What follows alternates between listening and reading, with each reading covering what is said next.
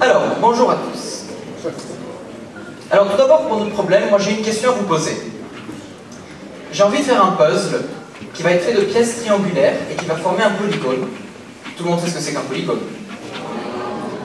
Alors, pour information, un polygone, c'est une figure plane fermée où les côtés ne se croisent pas. C'est une figure, par exemple un triangle ou un carré, un rectangle, ce genre de choses-là. Et alors moi j'ai envie que ces triangles puissent faire 4000 combinaisons différentes.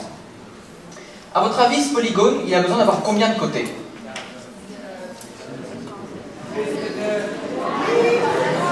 Donnez-moi un nombre. Une estimation? C'est un triangle, ça, 3. D'accord. Alors, par exemple, ici, si jamais j'ai un heptagone, ça c'est une manière de le découper. Ok? Donc moi, ma question, c'est que je veux avoir un puzzle, combien de côtés il faut qu'il y ait? Là, il y en a 7, combien est-ce qu'il faut qu'il y en ait? 25. Ok, on a entendu 25. 25. 10, ok. 10. 17.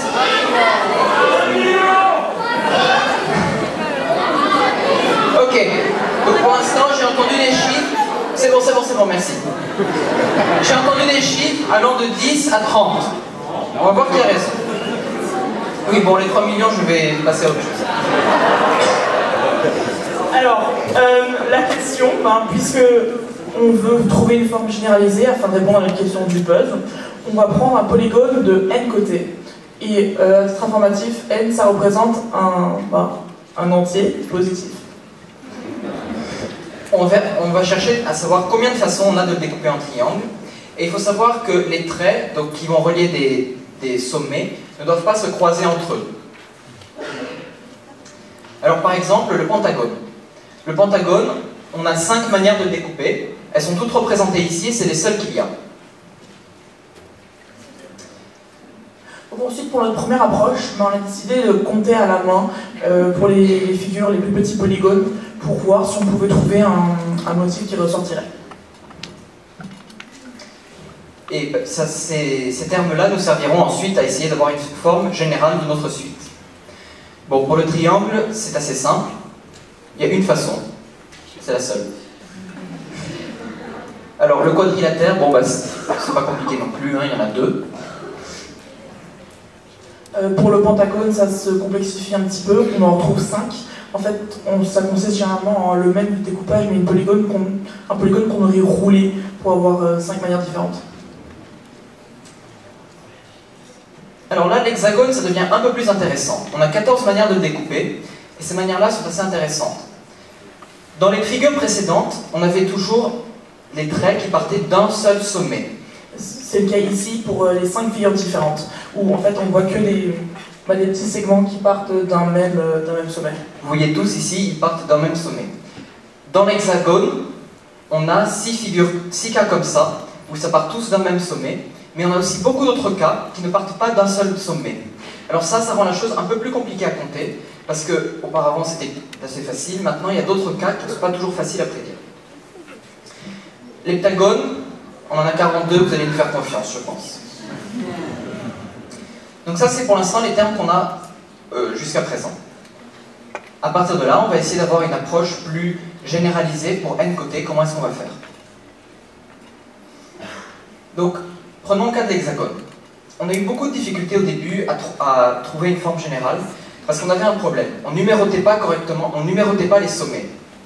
Donc ce qu'on a fait pour simplifier la chose, et éviter de compter des figures en double, on a numéroté les sommets ainsi que le segment en bas. Ça nous permet de nous assurer qu'on n'a pas 2 fois la même combinaison. Donc si on prend le cas de l'hexagone, on va tracer des triangles qui ont tous un côté commun, le segment A. On a 4 figures comme ça, avec chacune un triangle. Ensuite, si on continue, on va faire ça avec de manière similaire, mais avec plus le seul même segment. Donc, en fait, ce qui se passe, c'est que là, on retombe sur des cas qu'on connaît déjà. Pour la première figure, ce qu'on a, c'est un pentagone. Ensuite, la deuxième, on a un triangle et un quadrilatère. La quatrième, un quadrilatère, un triangle. et la dernière, un pentagone. Et en fait, on va se servir de ce fait-là pour obtenir une suite qui va nous permettre de passer toujours à la prochaine étape en séparant la nouvelle figure en des polygones plus petits dont on fait la somme. Parce que ces nombres-là, on les connaît déjà, c'est les termes qu'on a précédemment. UN représentant le nombre de possibilités pour la figure précédente, pour une figure de n segments. On peut le calculer, ça nous donne bien 5 plus 2 plus 2 plus 5, ce qui fait bien 14. Alors là, on va juste vous montrer ce qu'on a fait ensuite, c'est faire un petit algorithme qui reprend ce principe de découpage et qui nous permet de calculer combien de manières on a pour un nombre donné. Alors, en fait, l'importance de l'algorithme, c'est que, puisque c'est un calcul qui est relativement simple, qu'on pourrait facilement faire à la main, mais le seul truc, c'est que pour des grandes figures, puisque pour avoir par exemple le cas lorsque n vaut 14, il faut n 13, et pour avoir avec 13, il faut 12, en fait, il fallait retourner jusqu'en bas, il fallait commencer, depuis ce qu'on connaissait, il fallait compter jusqu'en haut. Et le but de l'algorithme, c'était simplement d'avoir un ordinateur faire le travail à notre place. Alors, pour répondre à la question du puzzle, moi je connais la réponse, donc je triche un peu. Si on en met 11, on a déjà 4862 manières de le découper. Donc c'est déjà largement supérieur à ce qu'on voulait pour le puzzle. Et par rapport à nos estimations, on se rend compte que bien qu'on avait vu qu'avec l'hexagone c'était quoi? C'était 42, c'était relativement peu. On monte extrêmement rapidement en chiffres, donc pas besoin de monter jusqu'aux 3 millions suggérés.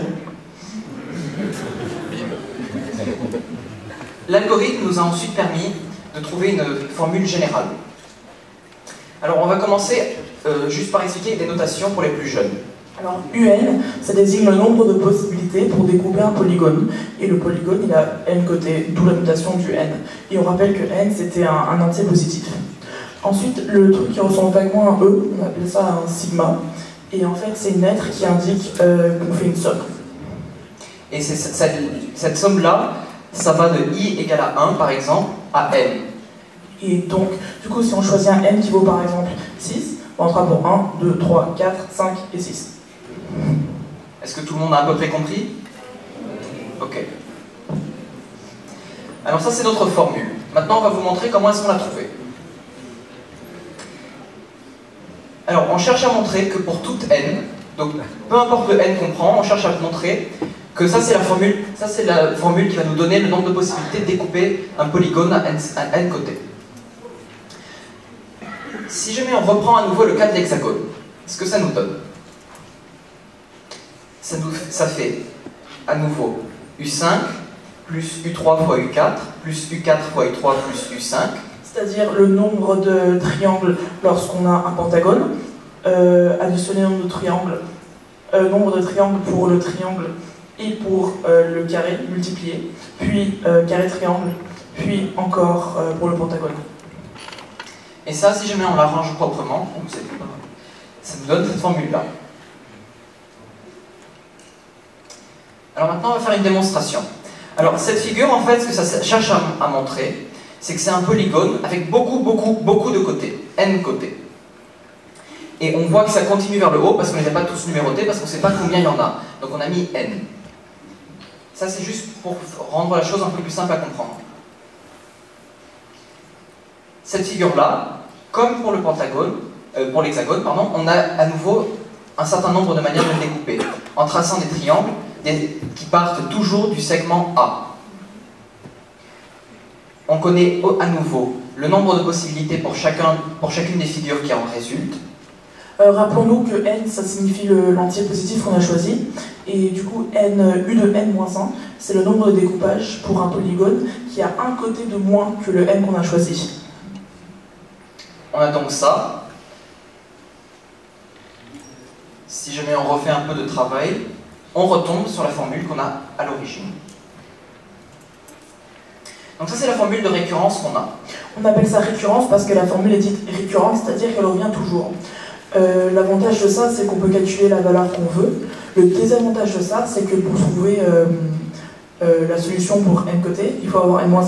Donc par exemple, si on fait un polygone si on veut le nom pour un polygone à 14 côtés, il faut celui pour 13, et donc pour 12 et pour 11. Donc c'est un des avantages importants d'une formule de récurrence.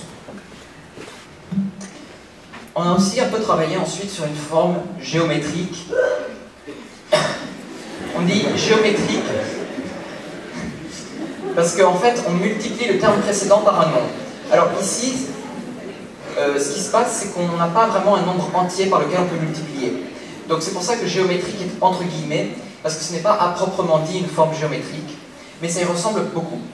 Donc ce qu'on s'est dit, c'est on va essayer de trouver un nombre de cette forme-là, avec A, B et C dans des paramètres, donc des choses qu'on va essayer de calculer, qui va nous permettre ensuite de changer notre écriture pour quelque chose de plus lisible.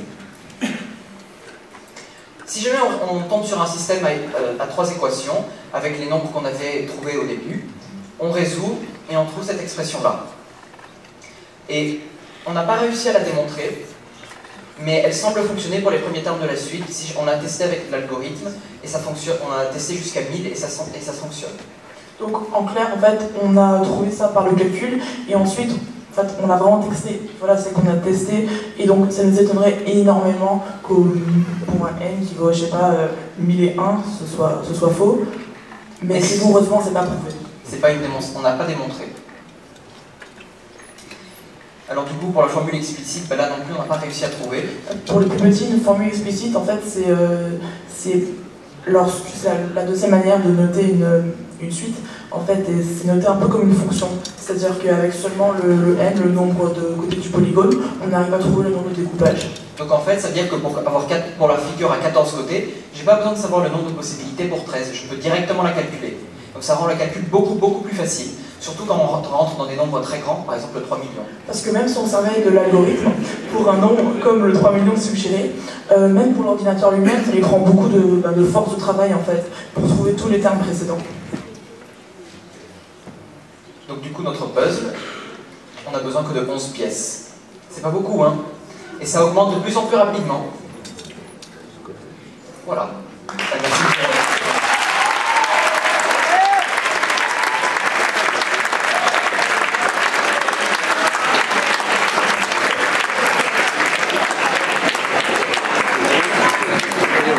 Est-ce que vous avez des questions?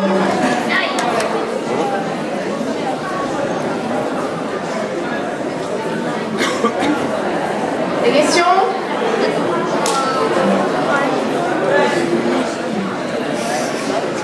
S'il vous plaît, restez attentifs encore quelques instants. Personne n'a de questions? Bon, ben moi j'en ai une. Quand vous nous avez montré la suite de nombres que vous trouvez pour le nombre de découpage, là, vous obtenez, vous pouvez la remontrer peut-être? C'était quoi, 5, 14, avec le tableau 2? Ouais. Cette suite-là, c'est une suite super connue en maths. Est-ce que vous savez ce que c'est? Ouais, celle-là. Non. Non, vous l'avez jamais rencontrée ailleurs? Ok. Bon, ben voilà, c'est une suite en maths super connue.